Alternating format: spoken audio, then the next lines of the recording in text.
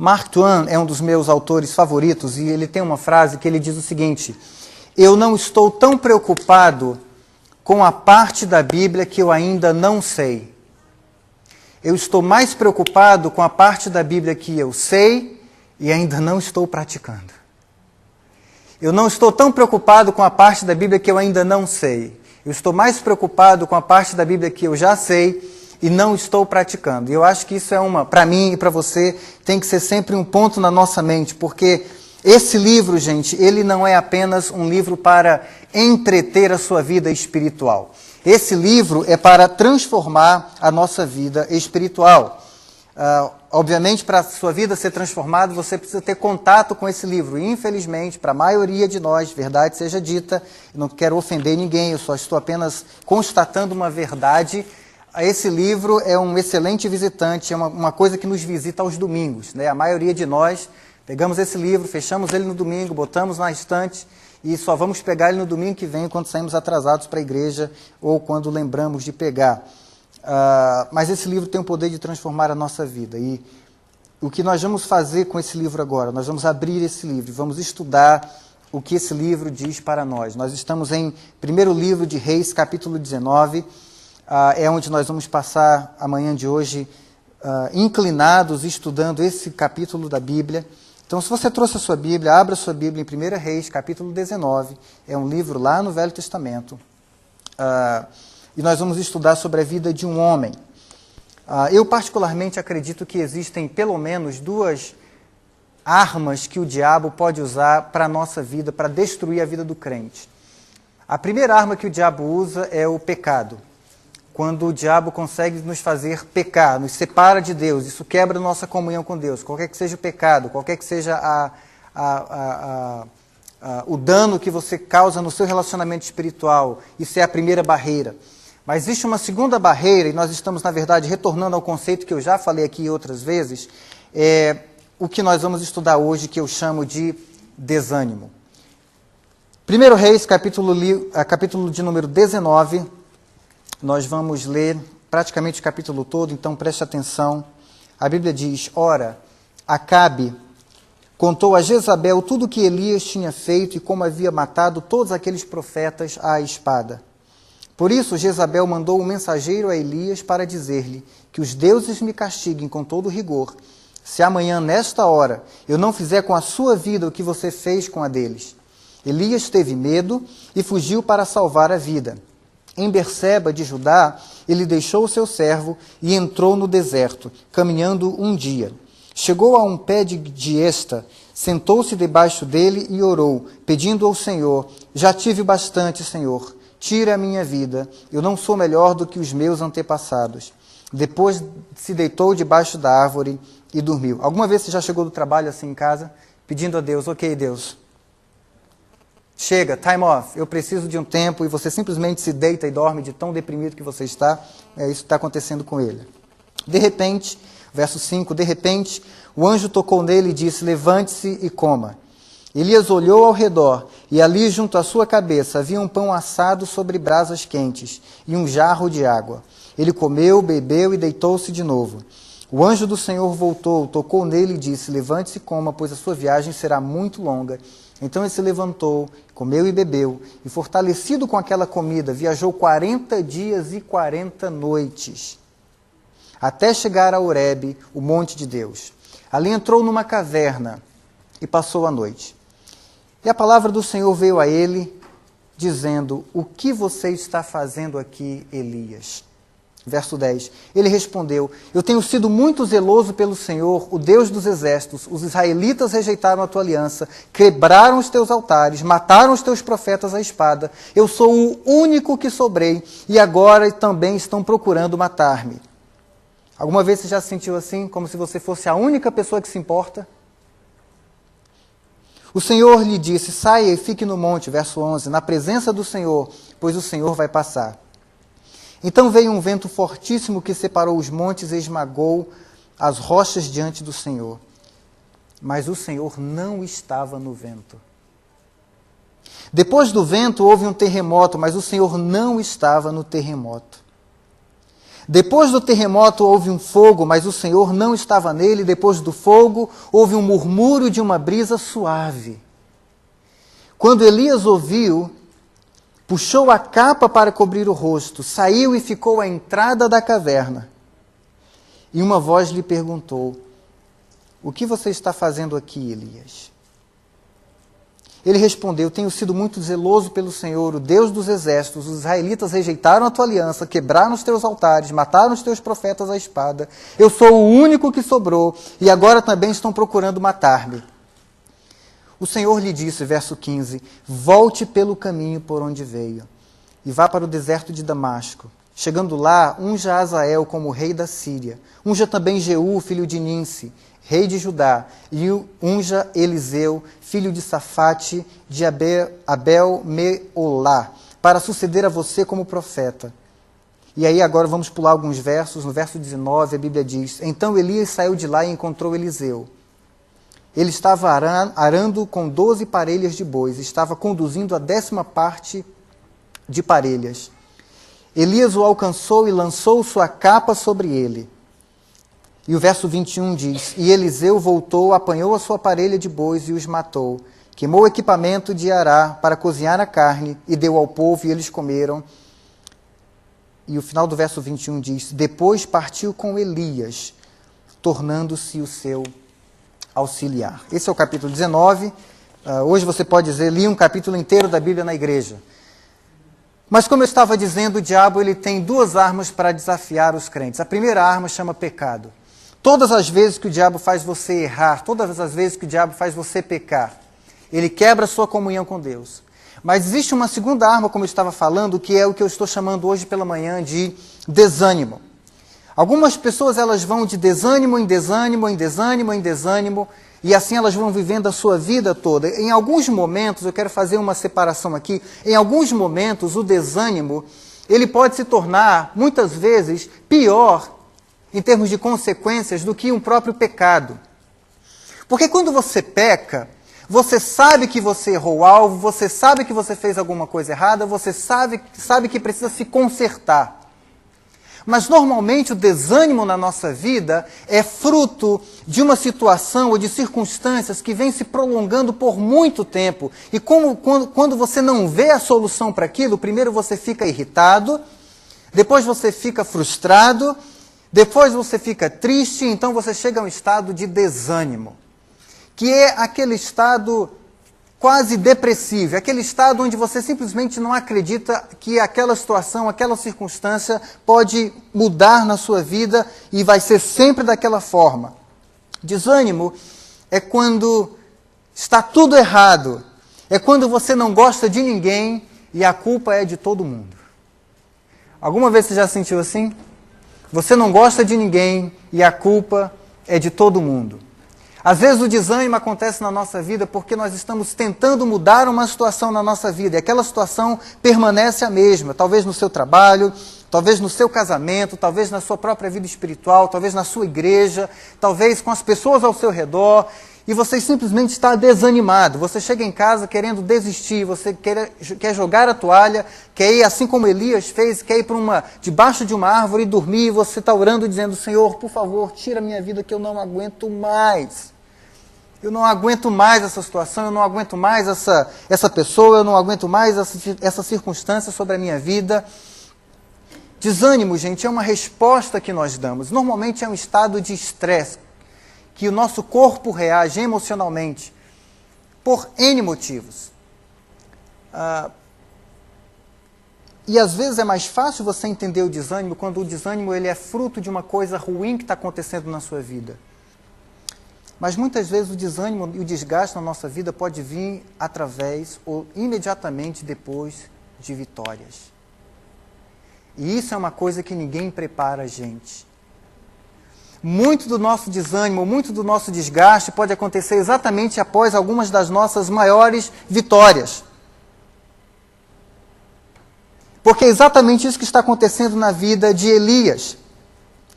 Nós lemos o capítulo 19 de Elias e vemos a situação de um homem completamente desanimado, um homem que quer morrer, um homem que está questionando a Deus, questionando as pessoas, questionando a fé de uma nação inteira. Mas olha que interessante, se você virar uma página da sua Bíblia, ao contrário, se você voltar uma página da sua Bíblia, em 1 Reis capítulo 18, o mesmo profeta Elias, ele está vencendo os 450 profetas de Baal, mais os 400 profetas do poste ídolo, ou seja, ele está vencendo 850 profetas. O capítulo 18 é o capítulo famosíssimo na Bíblia, onde Elias ele monta um altar, ele molha esse altar 7 vezes, ele envergonha aquela multidão de profetas, é a maior vitória da vida desse profeta, é no capítulo 18. Mas imediatamente, um capítulo depois, no dia seguinte, a esposa Jezabel, ela ouve o que acontece com seus profetas pagãos, e ela faz uma promessa para Elias, dizendo, até amanhã, essa hora, eu vou fazer com você o que você fez com eles. A Bíblia fala que esse homem, que em um dia está vencendo 850 homens, no dia seguinte ele foge de uma única mulher. Porque Elias ele chega a um ponto de desgaste na sua vida, sabe quando é a gota d'água?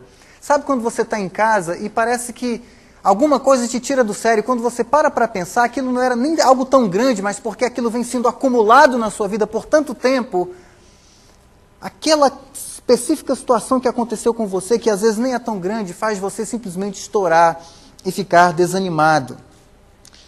É um erro nós acharmos que o desânimo vem apenas após momentos ruins na nossa vida. Às vezes é exatamente após você ter se formado, você acabou de se graduar e agora você tem um diploma na mão, você está todo orgulhoso e você não faz a menor ideia do que fazer com a sua vida. Algumas vezes é quando você conseguiu se casar, finalmente você estava há anos namorando aquela pessoa e noivando aquela pessoa, então você começou a casar e você passou aquele 1 mês de lua de mel que foi maravilhoso, mas a lua de mel acaba e ela sempre acaba, e agora você entrou na vida normal, você sabe como o casamento se parece, você sabe que você não é perfeito, você sabe que a pessoa que Deus colocou ao seu lado não é perfeita e você começa a lidar com o verdadeiro esposo, com a verdadeira esposa, e você vai ficar, poxa vida, eu esperei tanto por esse momento. E agora, olha a situação que eu estou. Ou então, os especialistas dizem que isso acontece muito, né? A tal da depressão pós-parto. A mulher passou 9 meses grávida, sonhando com aquela criança, preparando o quarto, comprando roupa, fazendo de tudo para... Não é? Cristina teve uma das melhores amigas dela, teve bebê essa semana, ontem ela foi visitar, eu fico imaginando, poxa, você espera aquele momento, e aí nasce aquela criança, que era tudo que você esperava, e a mulher fica deprimida. Por um lado, ela sabe que ela teve a maior vitória da vida dela, mas por outro lado, ela está triste. Então, como é que a gente concilia essas coisas? É fácil quando a gente fica triste por coisas ruins, mas quando a gente fica desanimado porque está tudo bem na nossa vida, a gente não entende. E hoje eu queria conversar com vocês sobre isso. O que você faz quando você está desanimado? Porque o desânimo, gente, ele vem na vida de homens, ele vem na vida de mulheres, ele vem na vida de pastores, ele vem na vida dos crentes. O desânimo ele pode acontecer com você. Talvez exatamente nesse momento você esteja enfrentando um momento de desânimo na sua vida, onde você está pronto de desistir. É a palavra-chave na cabeça de alguém que está desanimado. Eu quero desistir desse casamento, eu quero desistir dessa igreja, eu quero desistir desse país, eu quero desistir da minha fé, eu quero desistir desse trabalho, eu quero desistir dessa pessoa, eu quero desistir desse grupo, eu quero desistir de mim mesmo, eu não aguento mais. É quando você chega àquela situação onde você diz, está tudo errado, para onde eu olho está tudo errado na minha vida, para tudo errado com as pessoas que eu vejo, a minha roupa está errada, o carro que eu dirijo está errado, a casa onde eu moro está errada, a pessoa com que eu... Você já teve desses dias na sua vida? Onde tudo está errado e a culpa é de todo mundo? Eu sinto que às vezes na vida cristã a gente tem uma tendência muito grande de mascarar a nossa real vida e o fato de que a vida às vezes machuca. No fato de que a vida, às vezes, machuca a nossa vida. No fato de que, às vezes, a nossa fé é provada, é esticada. Assim como o profeta Elias aconteceu na vida dele. Num dia, foi um dia de glória. Ele ganhou a Copa do Mundo dos profetas. 850 homens. Imagina a cena do que acontece. Ele molha o altar 7 vezes. Ele começa a caçoar dos profetas. Ele ora, fogo cai do céu, milagres acontecem. No dia seguinte ele está nesse quadro deprimido, andando sozinho no deserto. Ai, Deus não se importa comigo. Ai, só sobre eu. Ninguém... Quantas vezes nós fazemos isso? Deus nos dá vitórias enormes. Quantos de vocês oraram a vida inteira para vir para esse país? Ai, meu Deus, como eu quero essa bênção na minha vida. Eu prometo ser um crente, eu nunca vou me desviar. Me leva para os Estados Unidos, a minha vida vai melhorar. E bum, Deus faz isso com você. 2 anos depois você está, Deus me leva para o Brasil, eu não aguento os Estados Unidos, essa terra é chata. A verdade é, nós nunca estamos satisfeitos, mas o ponto é, o que você faz quando o desânimo chega na sua vida? Você faz o que Elias fez. Eu queria compartilhar alguns princípios espirituais, eu não vou demorar muito, porque eu acho que a palavra de Deus vai ser bem clara, bem direta na nossa vida. Mas uma vez que você entra no poço do desânimo, o que você faz? Em primeiro lugar, saiba que você tem a liberdade para se retirar. Saiba que você tem a liberdade para se retirar. E é exatamente isso que Elias faz. A Bíblia diz que quando Elias viu aquela situação, a Bíblia não diz que Elias estava fazendo a coisa certa, mas a Bíblia diz que Deus não impediu Elias de se retirar. Eu acho isso fantástico. Deus talvez não estava concordando com o que Elias estava fazendo, mas Deus deu permissão para Elias. Deus sabia que Elias precisava de um momento com ele mesmo. Deus sabia que Elias precisava de um tempo para si próprio. Deus sabia que após a vida de profeta era uma vida de desgaste. Dia após dia, confrontando o pecado de uma nação, lidando com profetas rebeldes, lidando com pessoas pagãs, o povo de Israel reclamando, e talvez seja exatamente a situação que você se encontra. Você trabalha de 8 da manhã às 8 da noite, num ambiente terrível, onde pessoas estão tentando tomar o seu lugar, onde as pessoas estão tratando você menos do que um ser humano, onde você acha que o que você está fazendo não é digno, ou é um trabalho inferior, as pessoas estão olhando para você com olhares menores, as pessoas estão perseguindo você, e aí então você chega em casa e você já tem 3 filhos para cuidar, às vezes um filho pequeno, sua mulher também passou o dia trabalhando, então ela também chega em casa cansada, vocês estão cansados, você só tem energia para chegar, pular em cima da cama, tomar um banho, engolir alguma coisa, pular em cima da cama, e você agradece a Deus, obrigado porque eu consegui mais um dia. Amanhã começa tudo de novo. E assim a nossa vida vai voando e vai correndo e a gente vai ficando desanimado. Deus entende que Elias precisa de um momento. É exatamente o que Elias faz. Ele se retira. Ele vai passar um tempo sozinho. Ele estava cansado do trabalho, havia acabado de sofrer uma pressão enorme, passar por uma grande vitória, e esses elementos combinaram juntos na vida dele para que ele ficasse desanimado. Você sabe, algumas vezes na nossa vida, gente, o nosso desânimo, ele vem não porque você está fazendo uma coisa errada, não porque você está em pecado. Às vezes o desânimo acontece na nossa vida exatamente pelo estilo de vida que nós estamos vivendo. Você não pode submeter o seu corpo a 80 horas semanais de trabalho, comendo uma vez por dia o hot dog do Quick Trip, e tem que chegar em casa, tem que fazer tudo de novo, sem que a sua vida tenha consequências, sem que o seu corpo tenha consequências. Muitas vezes o nosso desânimo não é causa do nosso pecado. O nosso desânimo é simplesmente, às vezes você precisa fazer isso por um tempo determinado na sua vida. Você precisa pagar uma dívida, você está tentando subir financeiramente, alcançar algum alvo financeiro, e tudo bem com isso. Apenas cuidado e saiba que isso vai ter consequências para a sua vida emocional. Às vezes, isso não é um pecado, mas talvez não seja a coisa mais sábia a fazer. Deus não culpa Elias, o ponto é, Deus não culpa Elias por se retirar. Porque Elias estava fazendo a coisa certa. E aqui está uma coisa que eu quero que você guarde nesse primeiro ponto no seu coração. Você se retira, mas existe um motivo pelo qual você se retira. Você se retira para pedir direção de Deus, não para ficar remoendo o seu desânimo. Que é exatamente o que Elias está fazendo. Ele faz a coisa certa, ele se retira, mas ao invés de se retirar para pedir direção de Deus, ok, Deus, o que está acontecendo comigo? Por que eu estou assim? Será que eu tenho exposto o meu corpo a trabalho demais? Será que eu tenho exposto as minhas emoções a muita coisa diferente? Será que eu tenho me relacionado com as pessoas erradas? o porquê que eu estou assim? Não. O que Elias erra é que Elias ele vai para o seu lugar para ficar remoendo o seu desânimo. Aquele estado de pena própria, de autocompaixão, aquele estado onde muitas vezes a gente fica olhando para a nossa vida, ai, eu sou uma pessoa tão boa, eu sou uma pessoa tão joia, olha o que está acontecendo comigo, eu não falo mal de ninguém, eu sou uma pessoa que trabalha. Sabe quando você começa a ter pena de si mesmo? Sabe quando você olha para a sua vida e você se julga menos do que você realmente é? É isso que Elias está fazendo. Ele está chorando numa caverna, ele está chorando no deserto, dizendo, ó Deus, ninguém mais é fiel ao Senhor, só eu. Só eu sobrei. Todos os outros foram embora, eu estou cansado disso. Alguma vez você já se sentiu assim? Como se você fosse a única pessoa do mundo que se importa. Alguma vez você já disse para o seu marido, eu sou a única pessoa que está fazendo esse relacionamento funcionar? Ou vice-versa. Alguma vez você já olhou para o seu trabalho dizendo, olha, eu sou a única pessoa que se importa nesse trabalho, eu sou a única pessoa que faz o serviço direito, ninguém mais se importa com nada. E você começa a sentir pena de si mesmo. Você começa esse processo de autopiedade.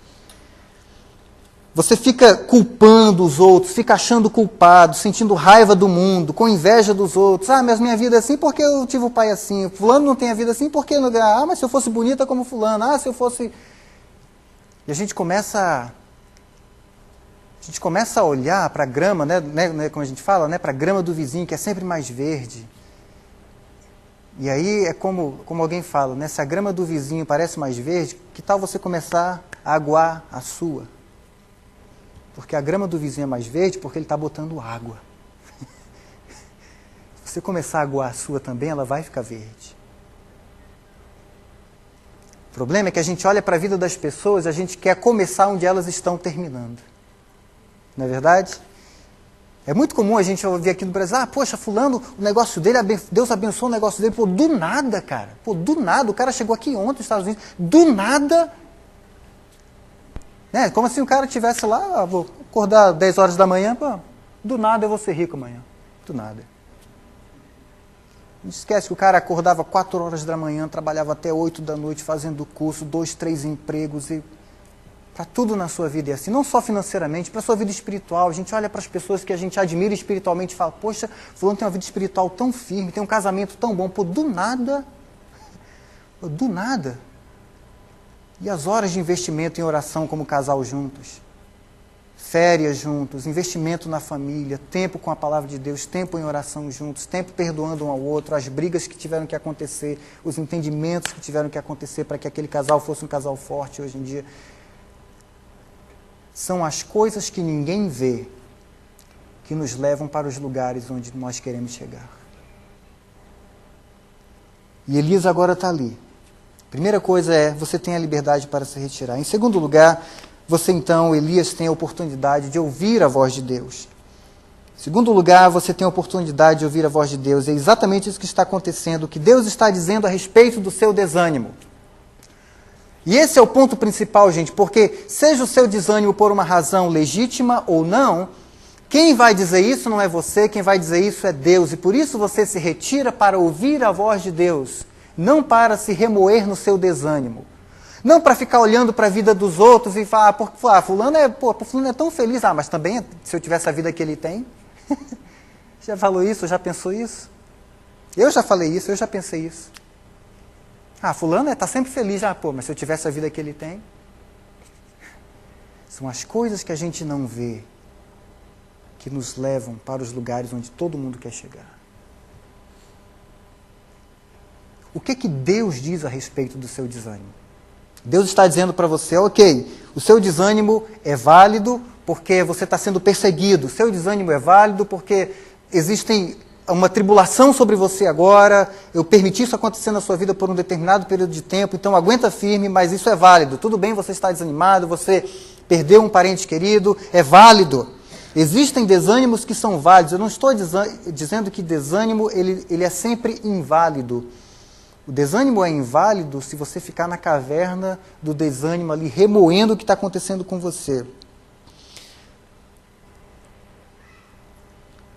Uma coisa importante que você precisa saber, e eu também a respeito do desânimo, gente, é ouvir a voz de Deus naquele momento é importantíssimo, porque de outra forma você vai atribuir ao seu desânimo coisas erradas. O motivo pelo qual a gente precisa ouvir a voz de Deus enquanto a gente está desanimado é porque, de outra forma, a gente vai pensar coisas erradas. Porque é exatamente isso que acontece com o profeta Elias. Veja, por que é tão crucial para nós ouvirmos a voz de Deus no desânimo? Porque, em primeiro lugar, a gente pensa bobagem. A gente pensa bobagem. Olha o que o verso 4 diz. E entrou no deserto caminhando um dia. Chegou a pé de Giesta, sentou-se debaixo dele e orou pedindo a morte. Olha o que está acontecendo com um profeta que no dia anterior havia vencido 850 profetas. 450 de Baal e 400 do poste ídolo. Ele se senta debaixo de uma árvore e esse mesmo homem no dia seguinte diz, Senhor, eu quero morrer, tira minha vida, eu não aguento mais, chega, eu vou jogar a toalha, chega. E olha o que ele diz no verso 4, final do verso 4, ele diz, vê se você já falou isso alguma vez para Deus, já tive o bastante, Senhor, tira a minha vida, porque eu não sou melhor do que ninguém. Alguma vez você já disse isso para Deus? Eu já disse isso para Deus. Algumas vezes. Senhor, quer saber? Algumas pessoas dizem assim que Elias estava com sentimento suicida. Elias não está com sentimento suicida. Ele não está dizendo, Senhor, me deixa eu tirar a minha vida. Ele está dizendo, Senhor, por favor, resolve isso para mim. Retira a minha vida agora. Alguma vez você já parou para pensar nisso? Alguma vez você já teve esse pensamento, poxa, seria melhor se eu não estivesse vivo agora? Você chegou àquele momento de dor na sua vida, de pressão financeira, ou no seu casamento, ou na sua vida espiritual, ou na sua caminhada no trabalho, enfim. Ou você foi pego num erro onde você simplesmente chegou àquele ponto de dizer, seria tão mais fácil se Deus me levasse agora. Ou pior ainda, seria tão mais fácil se Deus levasse o meu marido agora. Ou a minha esposa.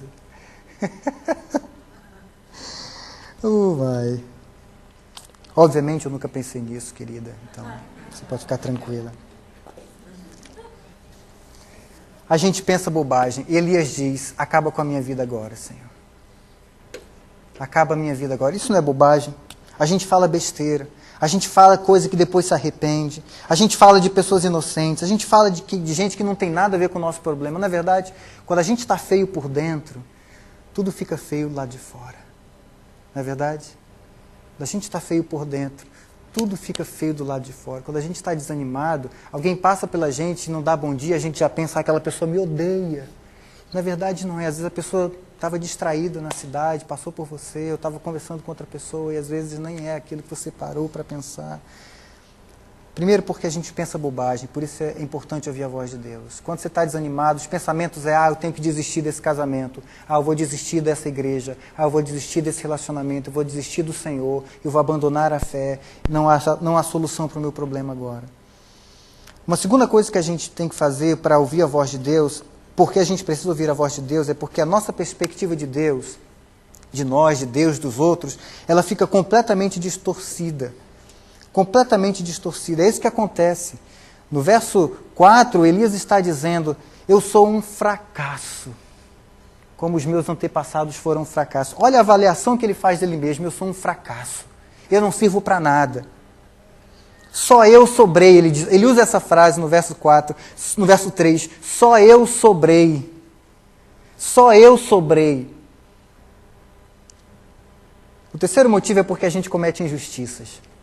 Elias está cometendo uma injustiça enorme. No verso 10 e 14, quando ele repete isso, dizendo, só eu sobrei, só eu sobrei, só eu sobrei. Olha o que diz o verso de número 18. Olha lá comigo o que Deus responde a ele no verso de número 18. Isso é Deus falando para ele. No entanto, fiz sobrar 7.000 em Israel. 7.000. Não é 7, é 7.000 em Israel. Todos aqueles cujos joelhos não se inclinaram diante de Baal, e todos aqueles cujas bocas não o beijaram, ou seja, haviam 7.000 pessoas em Israel que estavam sendo fiéis a Deus, assim como Elias estava sendo fiel a Deus, mas no momento de desânimo, Elias olha para ele e fala o quê? Só sobrou eu. Não é exatamente assim que a gente se sente?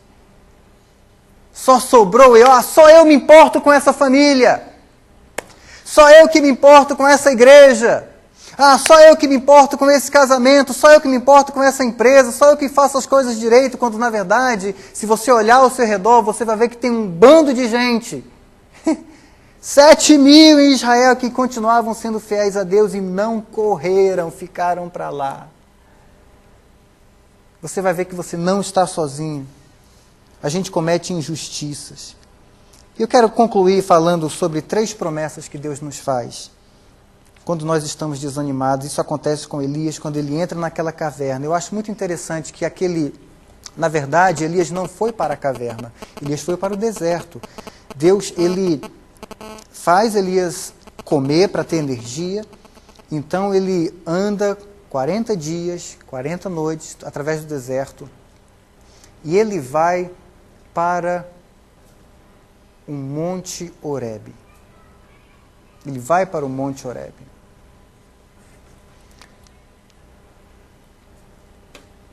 De onde aparece esse monte na Bíblia novamente?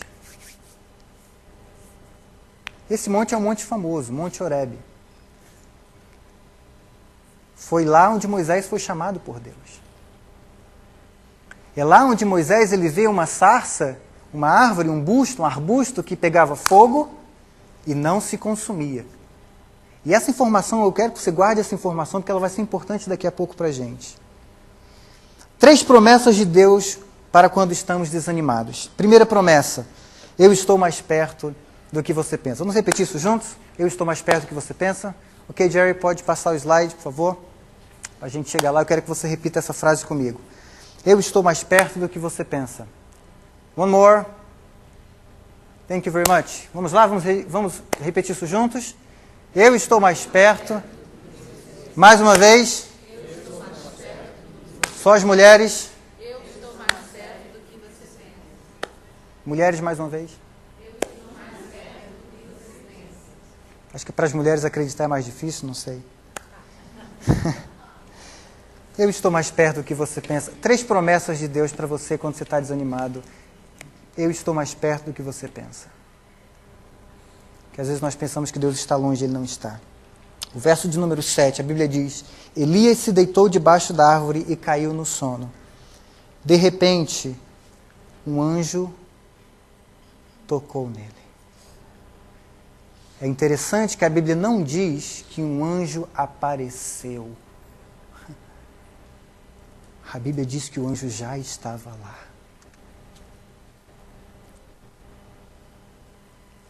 O anjo já estava lá.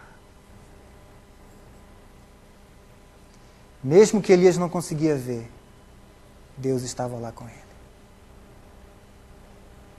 Mesmo que Elias não conseguia olhar ao seu redor e ver, exatamente como eu e você olhamos algumas vezes ao redor da nossa vida e dizemos: Deus não está em nenhum lugar aqui. Eu estou mais perto do que você pensa, é a primeira promessa. Ele podia dizer como Jacó, né? Quando Jacó teve aquele sonho: o Senhor estava aqui e eu não sabia. O Senhor está aqui e eu não sabia. Deus está presente quando você está sozinho chorando à noite em casa. E você acha que ninguém está vendo. Deus está lá com você. Deus está lá quando você é maltratado no seu trabalho. E às vezes você é tratado como menos do que um ser humano pelo seu chefe, pelas pessoas com que você serve. E você está tentando dar o seu melhor para aquela pessoa, para aquela firma, para aquela empresa, e você é maltratado e você diz: ninguém se importa. Deus está lá quando isso aconteceu. Deus está lá no dia que você perdeu o seu filho. Deus estava lá com você. Deus estava lá quando você recebeu uma notícia ruim do falecimento de alguém na sua casa no Brasil e você não pôde voltar para enterrar aqui o seu pai ou sua mãe ou qualquer pessoa que seja. Deus estava lá com você. A Bíblia diz que quando, no pior momento da vida de Elias, no momento mais embaraçoso da vida de Elias, Deus estava lá com. A Bíblia fala que um anjo, a Bíblia não diz que um anjo apareceu. A Bíblia diz: e o anjo tocou nele, porque o anjo já estava lá. Deus já estava lá com ele, Deus já estará lá com você. A segunda promessa que Deus faz quando nós estamos desanimados é: mesmo que você não perceba, eu continuo cuidando de você. Mesmo que você não acredite, mesmo que você não perceba, eu continuo cuidando de você. No verso 5 ou verso 8, então a Bíblia começa a descrever o que o anjo fez. O anjo tocou nele e o anjo disse, levante-se e coma. Eu acho tão interessante que a primeira coisa que o anjo fez não foi, ok, Elias, você está deprimido, você está desanimado, você está sem energia espiritual, vamos lá, vou plugar uma palavra de Deus em você, nós vamos plugar o seu plug espiritual para você ter energia, fé, oração, vamos lá! Não, Deus está cuidando de todos os aspectos da vida de Elias. Ele está dizendo, coma porque você precisa de comida. Porque não é exatamente a primeira coisa que a gente faz quando a gente começa a ficar desanimado, a gente começa a jogar lixo no nosso corpo, a gente começa a não dormir direito, a gente começa a não comer direito, a gente começa a não tomar cuidado da nossa vida. Se você faz exercício, você para de fazer exercício, você diz, quer saber de uma coisa? Que eu engorde 50 quilos. I don't care. Deus está cuidando de Elias, Deus está cuidando do físico de Elias primeiro. Ele vai cuidar do espiritual daqui a pouco e do emocional, mas ele está cuidando, Elias, para enfrentar o tempo que você tem pela frente, esses próximos 40 dias, esses um mês e meio de depressão e de desânimo. Você precisa estar bem fisicamente. Fisicamente. Às vezes o nosso problema começa com uma coisa emocional, mas ele se transforma em uma coisa física, porque durante aquele problema emocional você descuidou tanto do seu corpo, que agora o seu corpo, para voltar àquele momento de equilíbrio, de serotonina que o seu organismo precisa, ou de energia, enfim, a química no seu corpo precisa de um tempo. Não pensa que você pode usar, explorar e abusar do seu corpo física e emocionalmente o tanto que você quiser sem consequências. Não, o seu corpo vai exigir isso de volta de você. Um dia o seu corpo vai cobrar isso de volta. Um dia você vai descansar. Ou querendo, ou na cama de um hospital. Mas você vai descansar. Tenha certeza disso. Mesmo que você não perceba, Deus, mesmo que Elias não estivesse percebendo, Deus estava cuidando dele. Em um terceiro lugar, talvez a coisa mais importante é, ainda que você não acredite, eu me importo. Ainda que você não acredite, eu me importo. No verso 9 e no verso 13, 2 vezes a Bíblia repete essa frase, quando Deus vê Elias na porta da caverna, numa brisa suave. Deus pergunta para Elias, Elias, o que você está fazendo aqui? Deus se importa com Elias. Qual é o motivo pelo qual você está aqui? Elias, me fala, conversa comigo, abre a sua boca. Exatamente o que nós precisamos fazer, exatamente o que acontece com Davi no Salmo 120, ele diz, eu clamo pelo Senhor na minha angústia, e Ele me responde. Eu clamo pelo Senhor, e Ele me responde. No Salmo 95 ele ainda diz, Ele é o nosso Deus, nós somos pessoas pelas quais Ele se importa, o rebanho que Ele cuida. Deus está cuidando de você, não importa se você saiba disso ou não. Em último lugar, você tem a liberdade para se retirar, você tem o tempo para ouvir a voz de Deus, mas em último lugar, você precisa retornar quando o tempo for certo. Você tem a responsabilidade de voltar. Você não dá ao desânimo mais audiência do que o desânimo merece. Você chora suas mágoas, você ouve o seu Deus, mas você volta para a ativa. Você determina, o meu desânimo, ele tem data para terminar. O meu desânimo tem momento para acabar. Eu vou levantar, eu vou tomar um banho, eu vou botar uma roupa e eu vou para a luta. Davi, foi o que Davi fez quando ele perdeu o seu filho. É o que você tem que fazer quando em momentos de desânimo. No verso 3 e o verso 19, a Bíblia mostra o momento em que Elias ele se levanta. Ele diz, quando Elias ouviu a voz, ele cobriu o rosto com a capa. Então, ele saiu e ficou na entrada da caverna. Então, Elias saiu e encontrou Eliseu. No verso 19, ele continua o seu ministério. Elias não para. Ele diz, a minha vida não vai ficar parada por muito tempo por causa do desânimo. A minha vida vai prosseguir. Olha, querido, querida, o desânimo vem na nossa vida. Você tem liberdade para se retirar. E às vezes isso é um retiro de final de semana para você. Alguns de vocês estão precisando pegar o seu carro, ir para um hotel aí, um resort aí de $50 a noite, vai numa sexta-feira à noite, acorda de manhã cedo no sábado, vai para a piscina, vai andar pelas montanhas e vai ouvir a voz de Deus. Deus, nós precisamos conversar.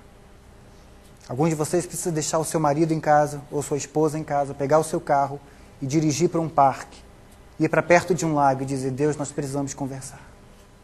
Alguns de vocês estão precisando de um tempo. Outros de vocês estão numa outra fase, vocês já estão ouvindo a voz de Deus. Deus já está dizendo para vocês: olha, o seu desânimo, tudo bem, mas nem tanto. Ou para alguns de vocês, Deus está dizendo: ok, o seu desânimo é frescura. Levanta e anda. Não tem motivo para você ficar aqui, mas acabou essa fase, já é o seu momento de levantar e andar. Vira homem, vira uma mulher, levanta. Outros de vocês estão na fase de voltar para o trabalho, já estão voltando para a sua vida, para a sua atividade, para o seu ministério, para o seu envolvimento na igreja. Chega do tempo que você estava ausente, chega, acabou. Porque essa é a primeira coisa que a gente faz, se isola. Eu gosto muito daquela frase quando Jesus ele diz para os seus discípulos, ele fala: não tenham medo, pequeno rebanho. Jesus disse para os seus discípulos: não tenham medo, pequeno rebanho. Não tenham medo. Vamos orar juntos? Senhor, nessa manhã, enquanto nós ouvimos a Tua palavra, Deus, nós te pedimos: transforma a nossa vida. Transforma a nossa vida por esse livro, Pai. E se há alguém nessa manhã que está embebedado no desânimo, está cercado por desânimo de todos os lados, ó Deus, eu te peço que o Senhor não apresse nenhuma das fases na vida dessa pessoa, mas que essa palavra tenha ajudado essa pessoa a compreender aonde ela está e que momento ela está no desânimo. Se ela precisa de um tempo para se retirar sozinha com o Senhor, não um tempo sozinho para se remoer, mas um tempo para ouvir ao Senhor. Se ela já está ouvindo a voz do Senhor, mas está rejeitando o que o Senhor está falando, ou se chegou na hora de agir, de levantar, de retornar e tomar a sua vida novamente com confiança no Senhor. Eu oro a Deus para que o Senhor nos dê a força espiritual de fazermos isso. Em nome de Jesus. Amém.